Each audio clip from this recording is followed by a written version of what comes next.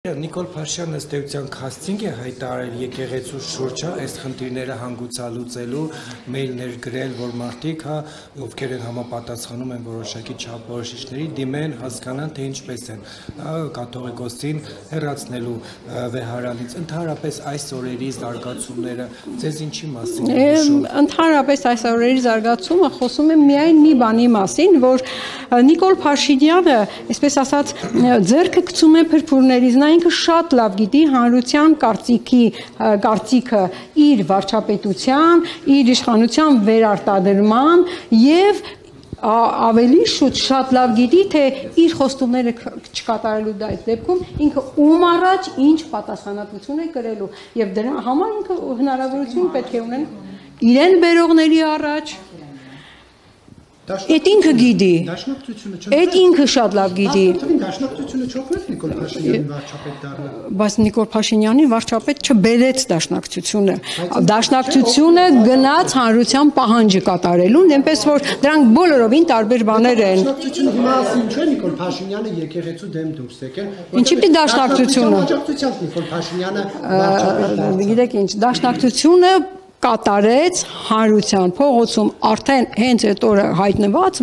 այդ բազմահազար հայության պահանջը որպեսզի քաղաքացիական հրահրումներ չլինեն ինչը այսօր անում է Նիկոլ Փաշինյան իր այդ նման ելույթներով որ եկեղեցու դեմ պայքարի է կոչում Իսկ դուք ինչ եք կարծում այսինքն դուք ինչ հնարավոր սցենար եք այստեղ կանխատեսում ներողության վեհապարին վեհարանից հանելու Դե գիտեք ինչ Նիկոլ Փաշինյանը շատ ներողություն շատ փոքր մարդ է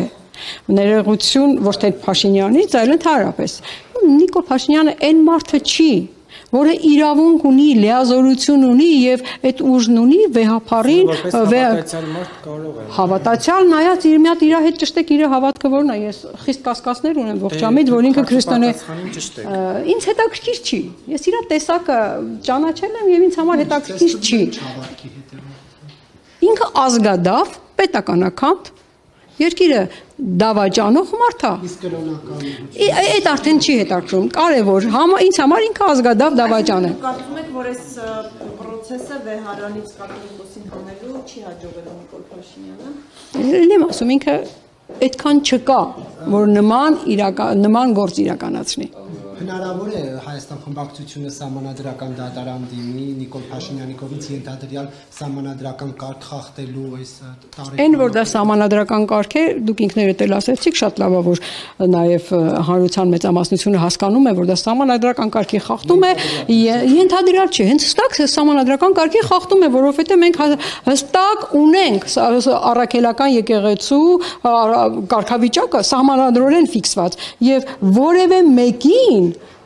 դա սահմանադրական որևէ մարմնի լիազորություն չի տրված այդ սահմանադրության մեջ ոչ թե որպես սահմանադրական մարմին, այսինքն այս դեպքում ոչ թե գործադիր իշխանություն, այլ որպես ինչպես իրենք են ձևակերպում հայ առաքելական եկեղեցու հետևորդ, որպես թունդ քրիստոնյա, այդ որ թունդ քրիստոնյան է ըստ էության լիազորություն ունի անհատապես, ինքը կարող է հարց բարձրացնել, բայց վեհապարին ընտրում է ոչ Նիկոլի նման թունդ քրիստոնյան, վեհապարի ընտրությունը որոշակի արարողակարգային երևույթ է եւ այդ արարողակարգով է վեհապարը ընտրվում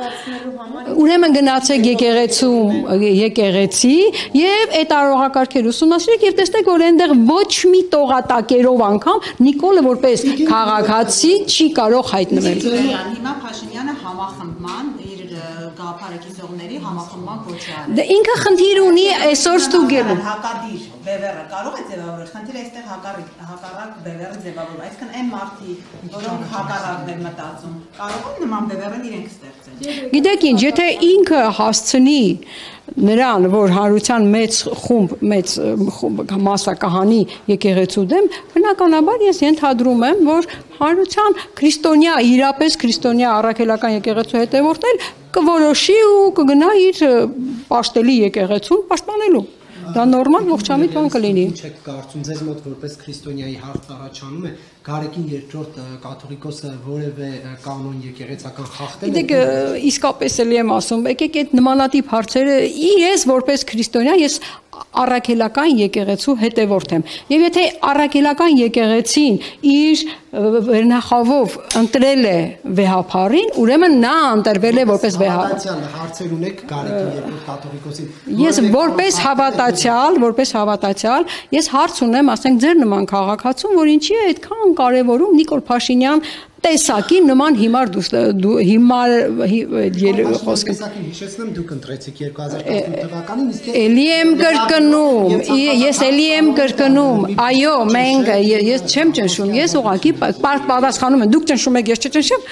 էլի եմ կրկնում, էլի եմ պատասխանում, մենք նրան ձայն ենք տվել, որովհետև Նիկոլ Փաշինյան ենք ընտրել այդ, որովհետև հանրությունը այդ օրը այնպիսի պորտկումով էր դուրս եկել փողոց, որ հակառակը կարող էր շատ ավելի լուրջ տանել։ Առաջ այն հարցի պատասխանելով ասեցիք Նիկոլ Փաշինյանին բերողները թող։ Հա, բերողները։